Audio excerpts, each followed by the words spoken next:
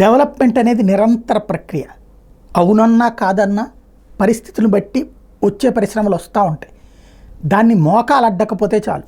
తెలంగాణలో జరిగింది అదే. పరిశ్రమలు అంతకుముందు ఉన్నాయి, బాబు గారు ఉన్నప్పుడు వచ్చినాయి, ఆ తర్వాత వచ్చినాయి. ప్రోత్సహించినటువంటి సందర్భంలో చంద్రబాబు గారు ఏం చేసేవాళ్ళు, స్వయంగా ఆ కంపెనీలకు వెళ్ళడం, వాళ్ళతో మాట్లాడడం, కూర్చోవడం పారిశ్రామికవేత్తలతో. దాంతో మరింత ప్రోత్సాహం అయ్యి అవసరమైతే ఇక్కడ చాలా ఫ్రెండ్లీగా అట్మాస్ఫియర్ ఉంది, మీరు రండి అని 10 మందిని పిలుచుకొస్తారు. అలా అది పారిశ్రామిక అభివృద్ధికి అత్యంత కీలకమైనటువంటి చంద్రబాబు గారికి ఆ క్రెడిట్ ఎప్పటికీ ఉంటుంది. జగన్మోహన్ రెడ్డి వచ్చేటప్పటికి సంక్షేమ పథకాలకి జనం దగ్గరికి వెళ్ళటం, బటన్ నొక్కడం, ఆ డబ్బులు వేసే దాని మీద చూపించిన కాన్సన్ట్రేషన్, పరిశ్రమలు అనేకం వచ్చినా తను చిట్ట చివరిలో ఏదైతే పదే ప్రజల్లో విమర్శ అవుతున్నది, విపక్షాలు చేస్తున్న విమర్శ, పరిశ్రమలు అంటున్నారు కాబట్టి అప్పుడు పరిశ్రమల దగ్గరికి వెళ్ళి ఇనాగ్రేషన్స్, అది కూడా చివరిలో ఎక్కువ 5 6 పరిశ్రమలు ఇనాగ్రేషన్స్కి కూడా వర్చువల్ మోడ్లోనే ఇనాగ్రేషన్ చేసుకుంటూ వచ్చారు. అంటే తన ఆఫీసులో కూర్చుని బటన్ నొక్కడమే.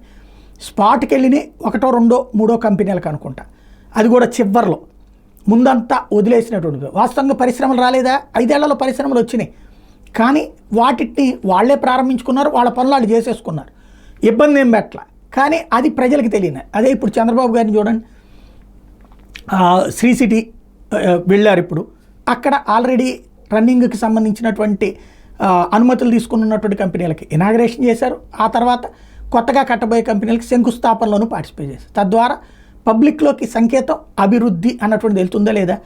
ఇక్కడ ఆయన అభివృద్ధి అన్న సంకేతం ఇస్తే ఈయన సంక్షేమం అన్న సంకేతం దగ్గరనే ఆగిపోయారు.